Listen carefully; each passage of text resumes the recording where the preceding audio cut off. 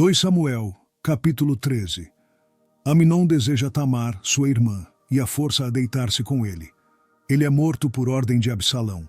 Absalão foge para Jesur. E aconteceu depois disto que, tendo Absalão, filho de Davi, uma irmã formosa, cujo nome era Tamar, Aminon, filho de Davi, amou-a. E angustiou-se Aminon, até adoecer por Tamar, sua irmã, porque era virgem. E parecia aos olhos de Aminon dificultoso fazer-lhe coisa alguma. Tinha, porém, Aminon um amigo, cujo nome era Jonadab, filho de Simeia, irmão de Davi. E era Jonadab homem muito sagaz, o qual lhe disse: Por que tu de dia em dia tanto emagreces, sendo filho do rei? Não mo farás saber a mim?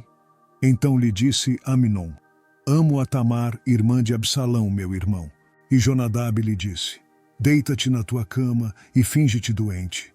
E quando teu pai te vier visitar, dize-lhe: Peço-te que minha irmã Tamar venha, e me dê de comer pão, e prepare a comida diante dos meus olhos, para que eu a veja e coma da sua mão. Deitou-se, pois, Aminon e fingiu-se doente.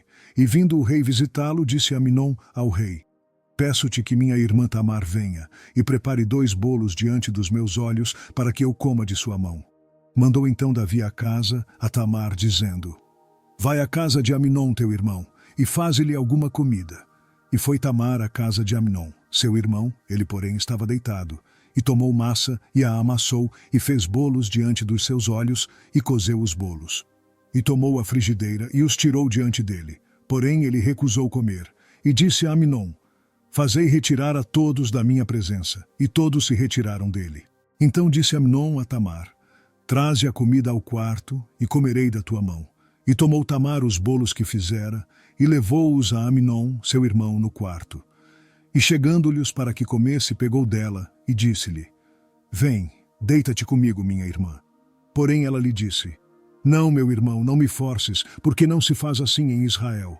Não faças tal loucura. Porque aonde iria eu com a minha vergonha? E tu serias como um dos loucos de Israel. Agora, pois, peço-te que fales ao rei, porque não me negará a ti. Porém ele não quis dar ouvidos à sua voz. Antes, sendo mais forte do que ela, a forçou e se deitou com ela. Depois Aminon sentiu grande aversão por ela, pois maior era o ódio que sentiu por ela do que o amor com que a amara. E disse-lhe Aminon: Levanta-te e vai-te. Então ela lhe disse: Não há razão de me despedires assim. Maior seria este mal do que o outro que já me tens feito. Porém não lhe quis dar ouvidos, e chamou a seu moço que o servia e disse: Ponha fora esta, e fecha a porta após ela. E trazia a ela uma roupa de muitas cores, porque assim se vestiam as filhas virgens dos reis. E seu servo a pôs para fora e fechou a porta após ela. Então Tamar tomou cinza sobre a sua cabeça, e a roupa de muitas cores que trazia rasgou. E pôs as mãos sobre a cabeça, e foi andando e clamando. E Absalão, seu irmão, lhe disse: Esteve Aminon, teu irmão, contigo? Ora, pois, minha irmã, cala-te, é teu irmão. Não se angustie o teu coração por isto. Assim ficou Tamar, e esteve solitária em casa de Absalão, seu irmão. E ouvindo o rei Davi todas estas coisas, muito se lhe acendeu a ira. Porém Absalão não falou com Aminon, nem mal nem bem, porque Absalão odiava a Aminon, por ter forçado a Tamar, sua irmã. E aconteceu que, passados 2 anos inteiros, Absalão tinha tosqueadores em Baal-Razor, que está junto a Efraim. E convidou Absalão a todos os filhos do rei. E foi Absalão ao rei e disse: Eis que teu servo tem tosqueadores. Peço que o rei e os seus servos venham com o teu servo. O rei, porém, disse a Absalão: Não, filho meu, não vamos todos juntos, para não te sermos pesados. E instou com ele. Porém não quis ir, mas o abençoou. Então disse Absalão: Quando não, deixa ir conosco Aminon, meu irmão. Porém o rei disse: Para que iria contigo? E instando Absalão com ele, deixou ir com ele a Aminon, e a todos os filhos do rei. E Absalão deu ordem aos seus servos, dizendo: Tomai sentido.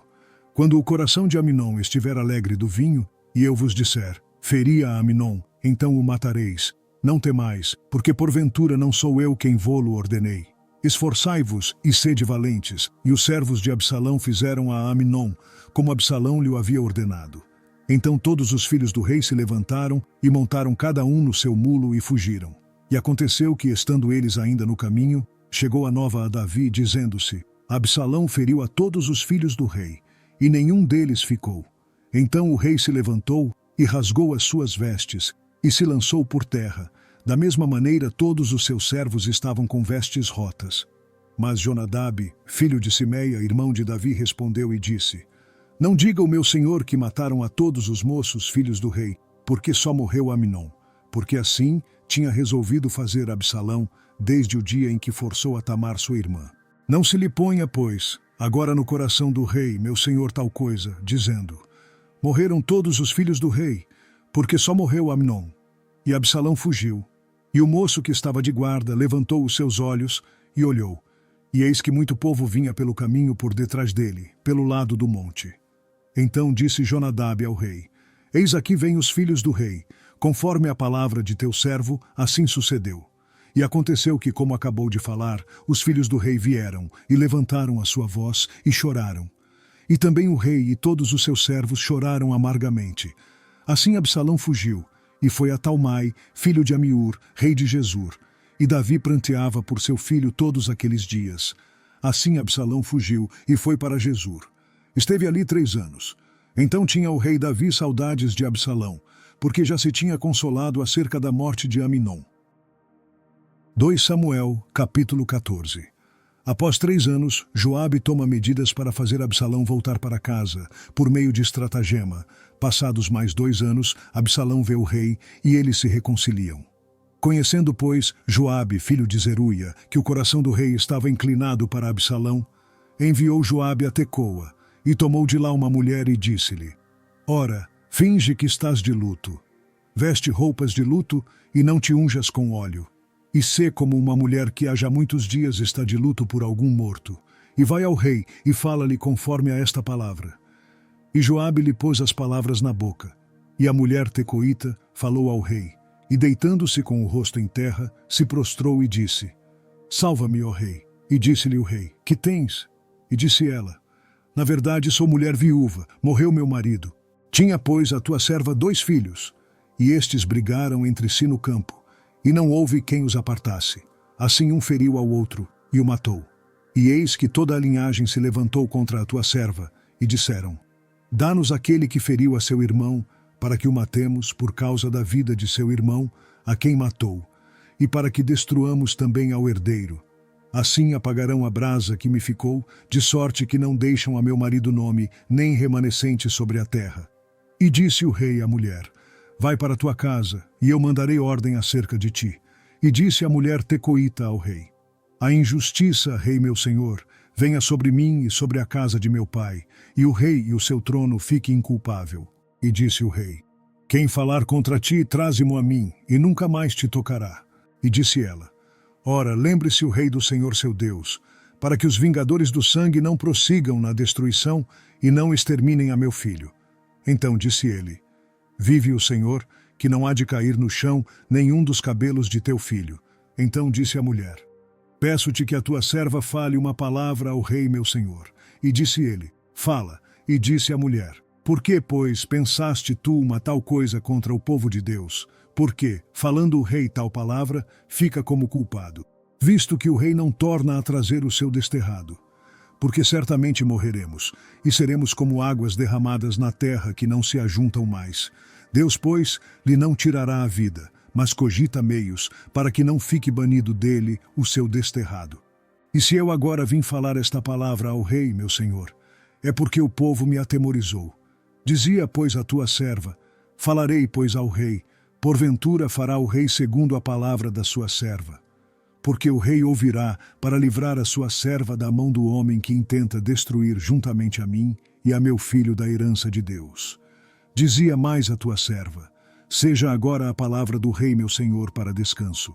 Porque como um anjo de Deus, assim é o rei meu senhor, para ouvir o bem e o mal, e o Senhor teu Deus será contigo. Então respondeu o rei e disse à mulher: Peço-te que não me encubras o que eu te perguntar. E disse a mulher: Ora fale o rei, meu senhor. E disse o rei: Não é verdade que a mão de Joabe anda contigo em tudo isto?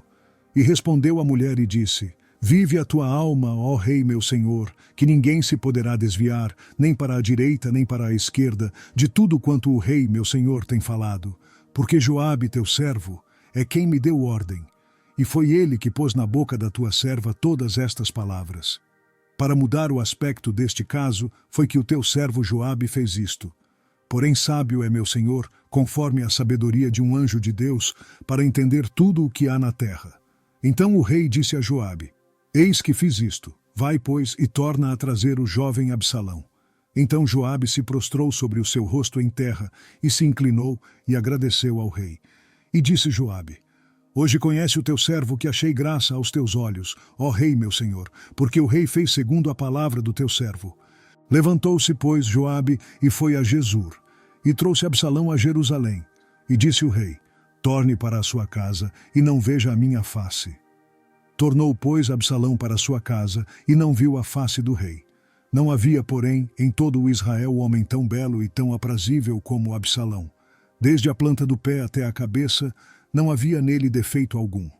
E quando tosquiava a sua cabeça, e sucedia que no fim de cada ano a tosquiava, porquanto muito lhe pesava, e por isso a tosquiava, pesava o cabelo da sua cabeça 200 siclos, segundo o peso real. Também nasceram a Absalão 3 filhos e uma filha, cujo nome era Tamar. E esta era mulher formosa à vista. Assim ficou Absalão 2 anos inteiros em Jerusalém, e não viu a face do rei. Mandou, pois, Absalão chamar a Joabe para o enviar ao rei. Porém não quis vir a ele. E enviou ainda 2ª vez, e contudo não quis vir. Então disse aos seus servos: Vedes ali o pedaço de campo de Joabe pegado ao meu, e tem cevada nele. Ide e ponde-lhe fogo. E os servos de Absalão puseram fogo ao pedaço de campo.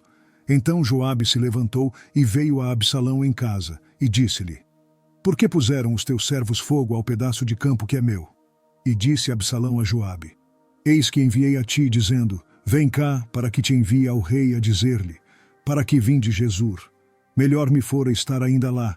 Agora, pois, veja eu a face do rei, e se há ainda em mim alguma culpa, que me mate. Então foi Joabe ao rei, e assim lhe disse. Então chamou a Absalão, e ele se apresentou ao rei, e se inclinou sobre o seu rosto em terra diante do rei, e o rei beijou a Absalão. 2 Samuel, capítulo 15.